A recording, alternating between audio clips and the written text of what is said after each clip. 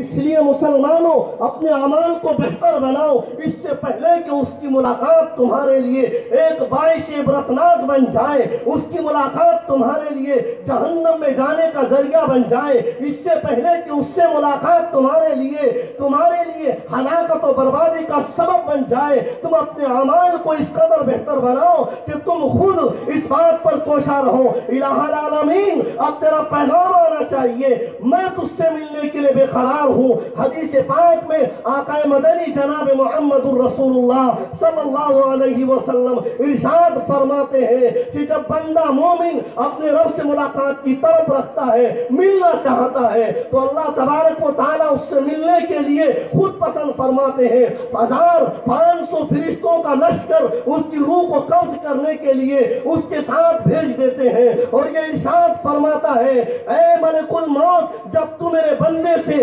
مخاطب ہو، جب تو اس کی روح کو قبض کرے تو سن سلام علیکم، تم اسے سلام کرنا اور کہنا کہ اللہ نے تمہیں بلایا ہے، اور سنو پاکیزہ روح کو پاکیزہ لباس میں لے کر کے آنا۔ اسی طرح اللہ کے حکم کے مطابق وہ فرشتے اس نیک بندے کی روح کو قبض کرتے ہیں، پہلے آسمان پر پہنچتے ہیں، مرحبا بھی خوش آمدید، بتلائیے کس کو لے کر آئے ہیں، فلاں ابن فلاں کو لے کر آیا ہوں۔ معلوم ہوتا ہے فرشتوں کو آگاہ کیا گیا ہے کہ اللہ نے خبر دی ہے میرا محبوب آ رہا ہے، میرا چاہنے والا آ رہا ہے، میرا چہیتا آ رہا ہے، لہذا تم خوشیاں مناؤ، استقبال کرو۔ ہر آسمان کے فرشتے اس کا استقبال کرتے ہیں، اور پہلے آسمان کے فرشتے اس کو الوداع کہنے کے لیے دوسرے آسمان تک چلتے ہیں، دوسرے آسمان کے فرشتے اس کو الوداع کہنے کے لیے تیسرے آسمان تک جاتے ہیں، اسی طرح عرش تک یہی حال رہتا ہے، اور جنتی کی روح کو علیین میں درج کر دیا جاتا ہے، اور واپس سوال و جواب کے لیے قبر میں روح لوٹا دی جاتی ہے۔ تو میرے عزیز اور خواتین اسلام، موت ایک ایسی حقیقت ہے، اللہ کا ایک اٹل فیصلہ ہے، موت ایک اللہ کا ایسا قانون ہے، ایسا پیغام ہے۔ دنیا کفر نے ہر ایک مسئلے پر اختلاف کرنے کی کوشش کی، اور لیکن جب موت کے مسئلے پر اس نے اپنی عقل کا استعمال کیا تو اس وقت اس کی عقل جواب دے چکی، اور یہ کہنے پر مجبور ہوئے کہ یہ موت کا فیصلہ ابھی تک ہمیں یہ قانون سمجھ میں نہیں آیا، اگر ان کی قدرت میں اور بس میں ہوتا تو موت کے دروازے بند کر دیے جاتے، لیکن اللہ نے اس قانون کو اپنی قدرت کو منوایا اور تمام دنیا باطل کو یہ بتایا کہ تم ہر ایک چیز میں اختلاف کر سکتے ہو، تمہاری عقل کام کر سکتی ہے، لیکن یاد رکھو جہاں تک موت کا معاملہ ہے میرے پاس آنے کا ذریعہ ہے، مجھ سے ملاقات کا واسطہ ہے، تمہیں یہ راستہ میں بالکل آگاہ نہیں کروں گا، تمہیں اس پر قابض ہونے نہیں دوں گا، قدرت حاصل کرنے کی تمہیں اس پر قوت نہیں دوں گا، یہاں تک کہ تم مجھ سے ملاقات کرو اور اپنے کیے کی سزا میرے دربار میں آ کر کے قبول کرو، اور اس کے بدلے میں تم جزا اور سزا کا ٹھکانہ پاؤ۔ میں نے آیت کریمہ پڑھی تھی لَقَدْ كُنْتَ فِي غَفْلَةٍ مِّنْ هَذَا فَكَشَفْنَا عَنْكَ غِطَاءَكَ فَبَصَرُكَ الْيَوْمَ حَدِيدٌ۔ قرآن کریم کے اسی صفحے پر فرمایا قَالَ قَرِينُهُ رَبَّنَا مَا طَغَيْتُهُ وَلَكِنْ كَانَ فِي ضَلَالٍ بَعِيدٍ قَالَ لَا تَخْتَصِمُوا لَدَيَّ وَقَدْ كُنْتَ إِلَيْكُمْ، فرمایا کہ سنو یہاں تم میرے دربار میں حاضر ہوئے ہو آج اس معاملے سے اور اس حقیقت سے اور قیامت کے دن سے، لَقَدْ كُنْتَ فِي غَفْلَةٍ مِّنْ هَذَا، تم غفلت میں تھے اور تمہیں اس کی پرواہ نہیں تھی، تم جانتے نہیں تھے، تمہیں میرے عذاب اور میری قدرت کا علم نہیں تھا، اور تمہیں یقین نہیں تھا کہ میں کس قدر پاورفل ہوں، طاقت والا ہوں، تمہیں اپنی اس رنگریلی زمانے میں، اس جوانی میں اور اس زندگی میں تم مست و مگن تھے، تمہیں اس عیش و عشرت کی دنیا نے تمہیں مجھ سے غفلت میں رکھا تھا۔ آؤ آج میرے دربار میں جھکو اور دیکھو آج میں تمہارے گناہوں کے پردے تم سے ہٹا دیتا ہوں، روئے زمین پر کرنے والا ہر گناہ تمہارے سامنے موجود ہوگا۔ لَقَدْ كُنْتَ فِي غَفْلَةٍ مِّنْ هَذَا فَكَشَفْنَا عَنْكَ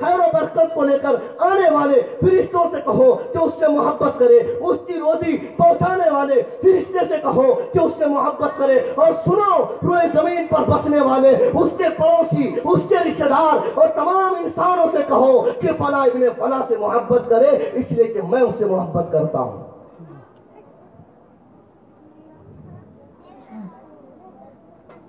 لیکن عزیز محترم، جب یہی بندہ روئے زمین پر اللہ کے سامنے سجدہ کرتا ہے اور پیغام اللہ کا وہ موت کا پیغام آ جاتا ہے،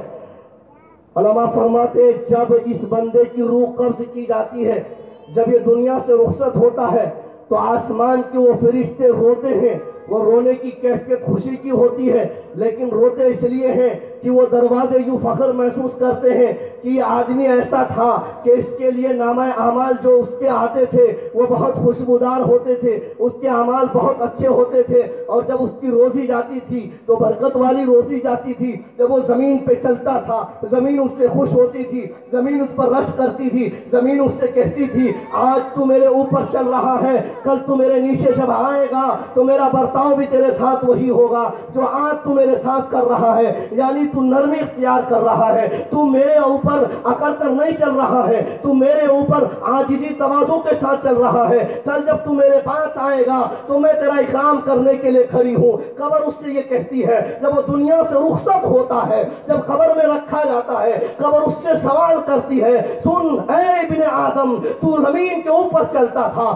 تیری برکت سے علاقے سے عذاب ہٹا دیے جاتے تھے، تیری برکت سے اللہ نصرتیں فرماتا تھا، تیری برکت سے چرندے پرندے آباد تھے، آج جب تو میرے اندر آیا ہے اس کا بدلہ تجھے ضرور ملے گا۔ سن تحت نگاہ تیری قبر جنت کی خوشبو بن جائے گی، جنت کی کھڑکیاں تیرے لیے کھول دی جائے گی۔ نم کا نومت العروس، اب سن تو اس طرح سو جا جیسے دلہن پہلی رات کی سوتی ہے۔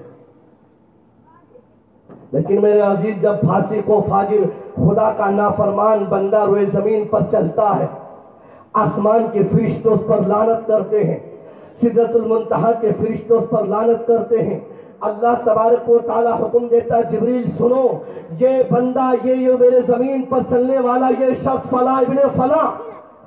اس کے سلسلے میں اعلان کرو، سدرۃ المنتہا کے فرشتوں کو کہو، روئے زمین پر آنے والے فرشتوں سے کہو، انسان روئے زمین پر بسنے والے لوگوں سے کہو، اور سنو میں اس سے نفرت کرتا ہوں، تو بھی اس سے نفرت کر، اس لیے کہ یہ میرا باغی ہے، میرے رسول کا باغی ہے، میرے قانون کا باغی ہے، میرے شریعت کا باغی ہے، میرے دین کا باغی ہے، یہ نافرمان ہے، تو اس سے بغاوت کر، میں اس سے بغاوت کرتا ہوں، تو نفرت کر، میں اس سے نفرت کرتا ہوں۔ روئے زمین پر جا اور زمین سے کہے کہ زمین اس سے نفرت کرے، آسمان کو حکم دے کہ وہ اس سے نفرت کرے، روئے زمین پر کیڑے مکوڑوں سے کہے کہ وہ اس سے نفرت کرے، کیوں؟ اس لیے کہ یہ میرا باغی بن چکا ہے، میرے خلاف سازشیں رچتا ہے، میرے خلاف عقل کو حرکت میں لاتا ہے، میرے خلاف عقل کو اپنے استعمال میں لاتا ہے، میرے خلاف اپنی انگلیاں اٹھاتا ہے، میرے خلاف اپنی زبانیں لڑاتا ہے۔ اللہ یہ اعلان کرواتا ہے جبریل جاؤ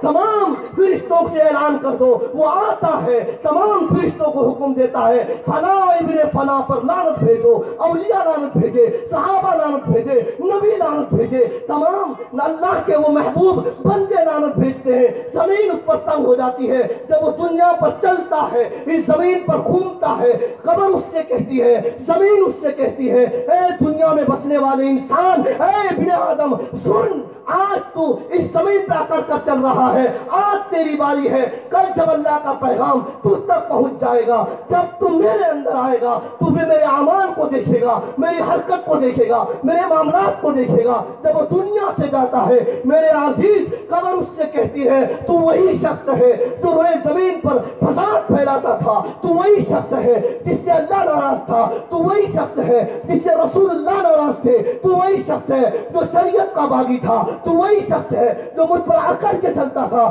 سن آج جب تو میرے اندر آیا ہے اس کا بدلہ بھی تجھے مل کے رہے گا۔ قبر اس کو دونوں طرف سے بھیجتی ہے، اور اس طرح ایک طرف کی پسلیاں دوسری طرف کی پسلیوں میں اس طرح گھس جاتی ہے کہ وہ مردہ چیختا چلاتا ہے، لیکن قبر اس پر رحم نہیں کرتی ہے، قبر اس کو دبوچتی ہے اور جہنم کی کھڑکیاں اس کے لیے کھول دی جاتی ہے۔